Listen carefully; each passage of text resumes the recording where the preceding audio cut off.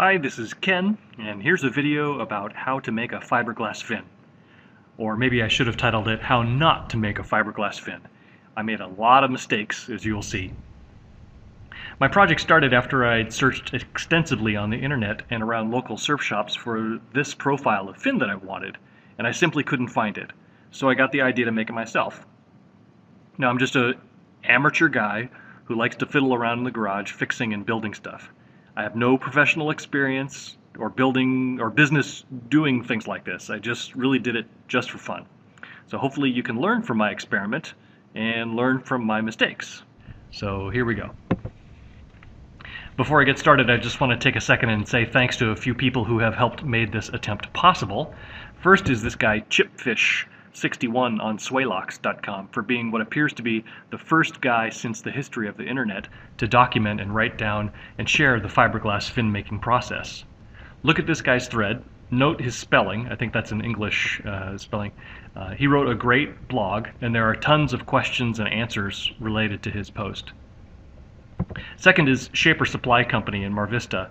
Thanks for having a brick and mortar store where I can go in and purchase all the supplies at a great price and talk to a real human with some good advice. And lastly, worth mentioning is this guy Gerald L. on YouTube who did a video on laying up fiberglass. He gives a lot of information on glass weights and resin ratios as they relate to strength and performance. It's really worth checking out for some very useful technical information.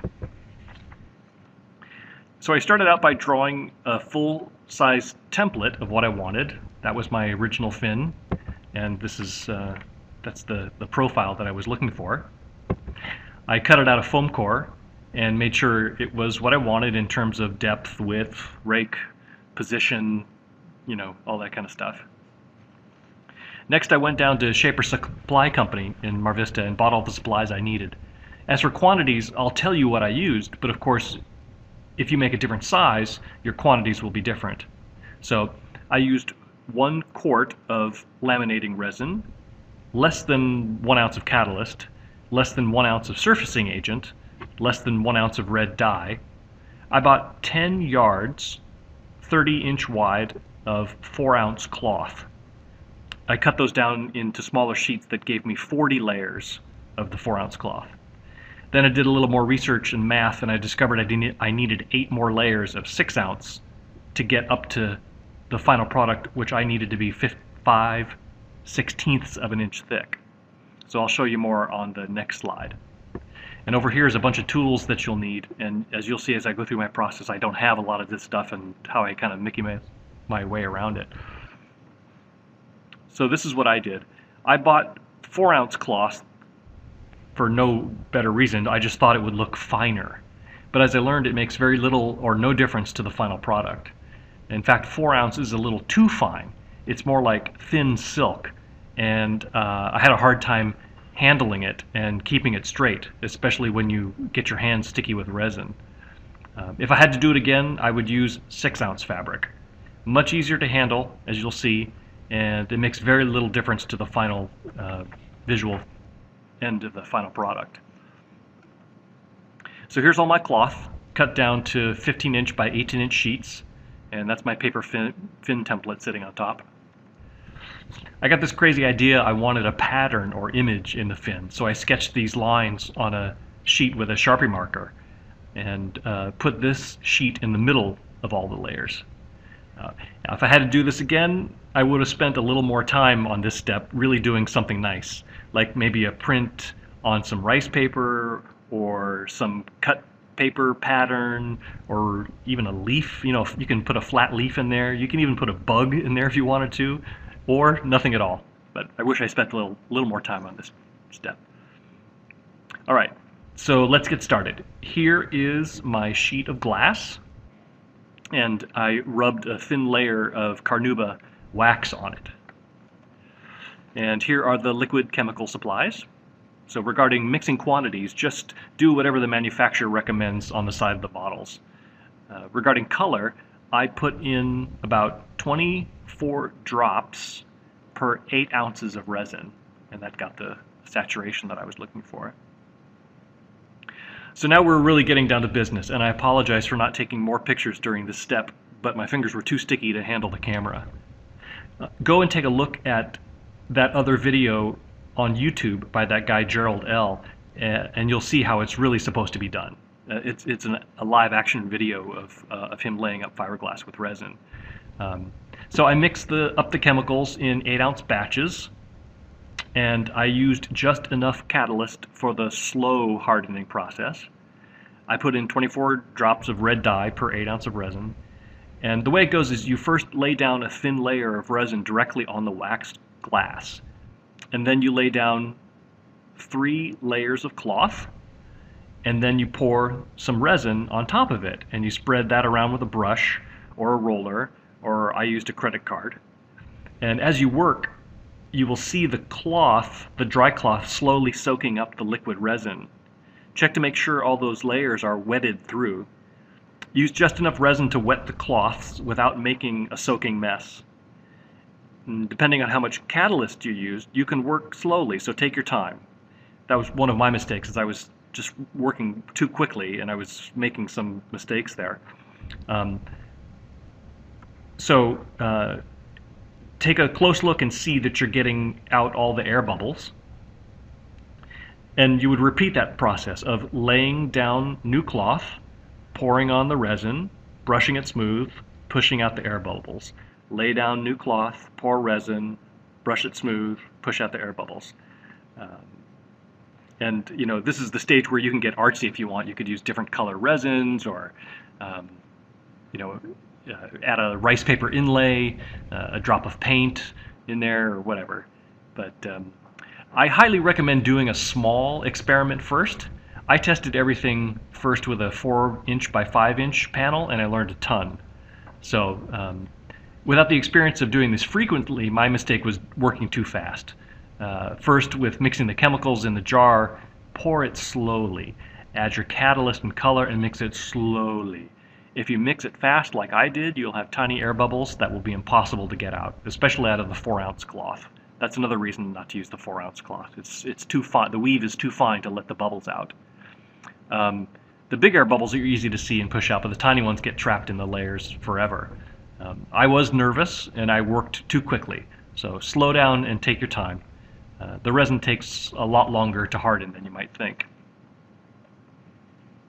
So in this image, I've got all of my cloth and resin laid up. In my first experiment test, I put another sheet of waxed glass on top of this to flatten both sides. From that test, I realized that it's not totally necessary to do that, as you'll be sanding and grinding down both sides. You'll see later in the video. I let this sit horizontally on a flat surface for at least 24 hours to make sure it dried properly. And here's the dried panel in the sun, just taking a look at the color. So back on the work table, I waited at least a full day for mine to dry. And when it was totally dry and hard to the touch, now you can start prying up the fiberglass from the glass panel. If you can slip a razor blade under the bottom layer, that would be best. I just used a spackling knife, and I lightly tapped it with a rubber mallet. You know, it's holding to the glass sheet like an abalone. So here you can see that I was just able to start working the colored glass, the colored fiberglass panel away from the glass. You can see it just starting to lift away at the top right corner edge. So work slowly, prying up around the perimeter. Just take your time. Don't want to crack the glass. Just take your time working around the perimeter slowly, and eventually it'll come up. So here it is. That's the laid up fiberglass sheets, hard as a rock, liberated from the glass. You're looking at the smooth glass side, and that pasty smear you see is the carnauba wax that was rubbed onto the glass sheet. So back on the work table, I'm transferring my paper template shape to the fiberglass. I'm just using masking tape around it. You could use a sharpie or anything else. It really doesn't matter, because you'll be grinding down these edges anyway. So the first thing I did was run that bottom edge through a table saw so I could get a really straight, square, flat bottom edge. Next, I used a jigsaw to cut out the shape, and I'm just using a blade for cutting metal. It went pretty slow. It's yeah, but anyway, I was able to do it. And there we go. That's the rough cut. Now, I've heard some people make this cut with a 1/4 inch wider or larger than the final size, maybe to leave some extra room for error, but I didn't do that. I just cut straight to the profile, and it worked out okay for me. So the next step from that rough cut is foiling. That's foiling down the edges. Now, I'm using a 4.5 inch angle grinder with a very dull and rounded masonry grinding wheel. This is the wrong tool for the job. Angle grinders spin way too fast and remove a lot of material really quickly. And your chances of gouging the surface are really increased. You'd be better off with a variable speed sanding or polishing tool like these. There are definitely better tools for this part of the job than an angle grinder, but that's all I had, and I wasn't about to go spend a few $100s on a new tool for this part of it. So my advice is, of course, experiment on your scraps first. See how it goes. Does it grind away quickly, smoothly? Are you able to control the tool? Or is it kicking around on you? You know, do you make strokes from left to right, and you know, all that kind of buzz? You're going to be grinding away about half of the material that you laid up. So the right power tool is definitely the right way to go here. You can forget hand sanding at this rough point. It would just take way too long. You definitely need a right power tool. So I've been using my angle grinder, and I've taken away a fair amount of the material. And you can sort of see the different layers of fiberglass cloth in the order that I laid them down. So that's the top layer, right? Very top layer. You know, another layer, 4 ounce, 4 ounce, 4 ounce, and then there was the 6 ounce, and then I went 4 ounce all the way on. So grind down only as far as you're confident and comfortable with the power tool. The biggest mistake at this point would be grinding away too much. You can always come back and take off more later. If I can make a plea to your responsible environmentalist side, grinding like this makes a cloud of fiberglass and resin dust. Now, you might be wearing a mask or respirator, but your kids and animals are not. So I set up that green tarp that you see in the background was able to catch most of the debris. So if you do this indoors, it would be best in a controlled room with a vacuum filter. That would be so much better. But please don't make a cloud of dust for everyone else to breathe. So from that rough shape, I began hand sanding using 50, 60, and 80 grit papers. Now this is hard work and it goes slow, but it's better than making a big mistake with a fast grinder. So proper tools would make all the difference here. That said, as a first-timer, I'm glad I took the time and went by hand. So as you can see, I'm beginning to refine that foil shape. And the finest sandpaper that I got down to here was like 120. So, and there you go, that's the final foil. You can see all the curves and contours and can count the different thicknesses of cloth. You can also see that pattern that I drew on the middle layer in the background there. So now I'm applying the hot coat or top coat, or two coats of finishing resin, also known as the hot coat or top coat or sand coat or polish coat or whatever the hell people are calling it. The difference is you add surfacing agent to the resin mixture. The surfacing agent has some paraffin wax in the mixture. Technically, I don't know what it does or why you do it. I just did what they told me. So I've just finished applying the second coat, and you can see that the surface texture is not as smooth as glass, but it should flow and settle a bit. Unfortunately, there's a few dust specks, and I just couldn't seem to get rid of the air bubbles, but I guess that can be sanded down. So this is side A.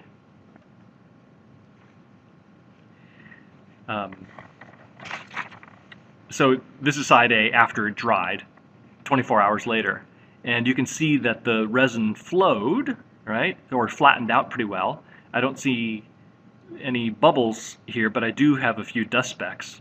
And generally it looks pretty dull, not shiny like I was expecting. Now I mixed a separate batch of resin and surfacing agent and went to the other side. Now this is side B while it's drying. And this looks terrible, right? Part of the reason it looks like this is when I was first laying down the resin mixture, it was pulling away from the smooth surface of the fin, like not adhering. So I waited a few minutes for it to begin to gel, and then I cross-brushed it, and I got this funky texture. See, some shiny, some matte. I've got dust specks and fish eyes. It's just a mess. I mean, I just made a terrible mess out of this. So clearly, I have no idea what I'm doing when using surfacing agent. You know, is it too much quantity, too little, hot weather, cold temperature, humidity? Maybe I didn't shake the bottle. Do I need to polish, clean the surface with alcohol first? I have no idea. I have no idea. So my surfacing agent experience has been a nightmare. I mean, just look at this. You know, it's all bumpy and it's still waxy. And I don't know what I was doing, but it never completely dried. I ended up scraping off this whole mess down to the fiberglass again. Now, I tried numerous experiments. I changed the mixture of resin and catalyst and the quantity of surfacing agent. I found that more surfacing agent helped the layer dry more fully and dry hard. But that's where the trouble began for me. The surface was never perfectly smooth. You know, I would have these pock marks mostly. So there was always some finishing sanding that I would need to do. You know, at this step, I always had trouble with the sandpaper gumming up with the wax surfacing agent and not able to get down to a smooth sand finish. I really struggled over this over and over, and I finally just decided to give up on the surfacing agent altogether. You know, you call me crazy, call me an idiot, I don't know, I'm telling you, I don't know what I was doing wrong. Yeah, like here's a typical picture of me trying to sand down and smooth out the sand coat. I would always get this waxy buildup on my sandpaper, and I must have wasted so many sheets trying to get down to a smooth finish. But this was just, I tried changing the temperature of the chemicals. Most of the time I worked on it, it was in the cool of the evening. But this experiment, I was working with the temperature about 75 degrees. Everything was warm, even the fiberglass. But better, I still got bubbles. I still had to deal with that crazy wax coat buildup on my sandpaper. So after all that trouble, I had to sand off all that top coat all the way down to the fiberglass again. Now, here's one thing I do know about Varathane. I had this can sitting around, and I did another test on a small piece, and sure enough, it worked so well. You can say whatever you want to about not using the right stuff, but let me tell you, it brushed on pretty smooth and flowed very well. Not super smooth like glass, but way, way better than my experience with the sand coat surfacing agent business. So no bubbles or fish eyes or pulling away. And there we go. That's it. That's the Varathane coat. So, if you look closely, you can see some imperfection, but this is way better than my surfacing agent experience. Now, this looks pretty darn good, and honestly, you could stop right here. But I'm just a glutton for punishment, and I'm going to really try to smooth out that final finish. So here I am using 600 grit and 1500 grit sand, wet or dry sandpaper, and I'm just really polishing it out under some water. Then after sanding it down to 1500 grit, now's the time for polishing. Now I use some old automotive paint polish, which has superfine grit, and I did this step twice. And you might be able to see that it's not quite as glossy as the Varathane surface. And if I had a sander polisher machine, I'd be able to polish and buff that final finish to a bright shine, but I don't have a sander polishing machine. So, still looks pretty good. Okay, so lastly, the hardware.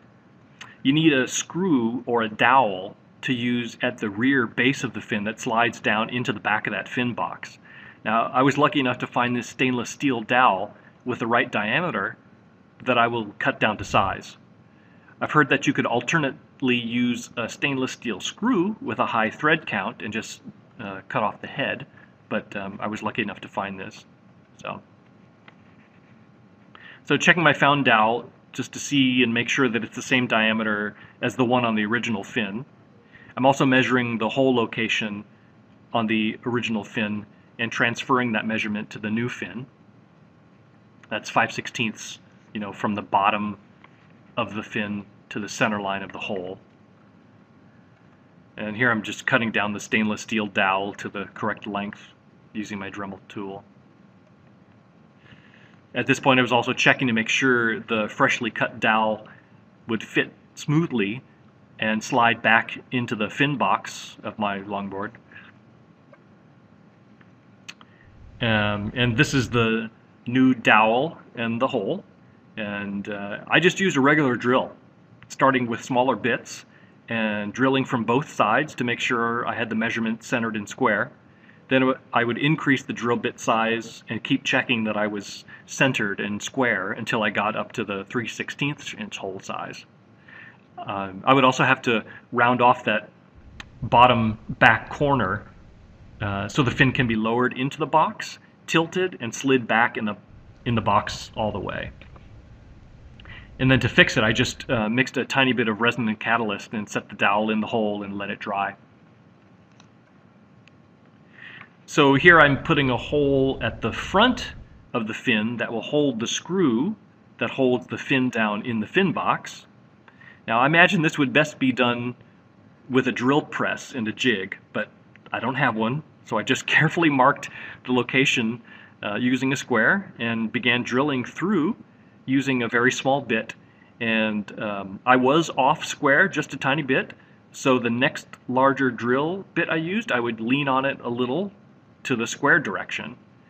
And then I used a slightly larger bit, making sure I was square and centered, again and again until I reached the correct hole size for that panhead machine screw, which is 11/64. That's the hole size. So there we go. Now I got the fin. I'm just screwing it into the fin box, and there's the final deal there. So yes, I realize that I'm an amateur, and I made a lot of mistakes, and there are 100 different ways to do this job better. The lessons I learned was, if you can find the fin that you want in a store or online, buy it. Whatever they're charging, it's worth it. But if you must make your own, number one, it takes a lot of experience and skill working with fiberglass and resin to do the job right. It also takes a lot of specialized tools, the most important of which is a variable speed handheld sanding polishing machine. And lastly, you're going to make a flippin' mess during the grinding foiling process. You'd be wise to do it in a controlled area with a vacuum and air filter. So that's it. In the end, I got exactly the shape and the color that I wanted. The appearance and craftsmanship are not perfect, but I had a lot of fun making it. Now, if you know how to do this job better, please do us all a favor and share. Post a real how-to video. But until then, thanks and good luck to you.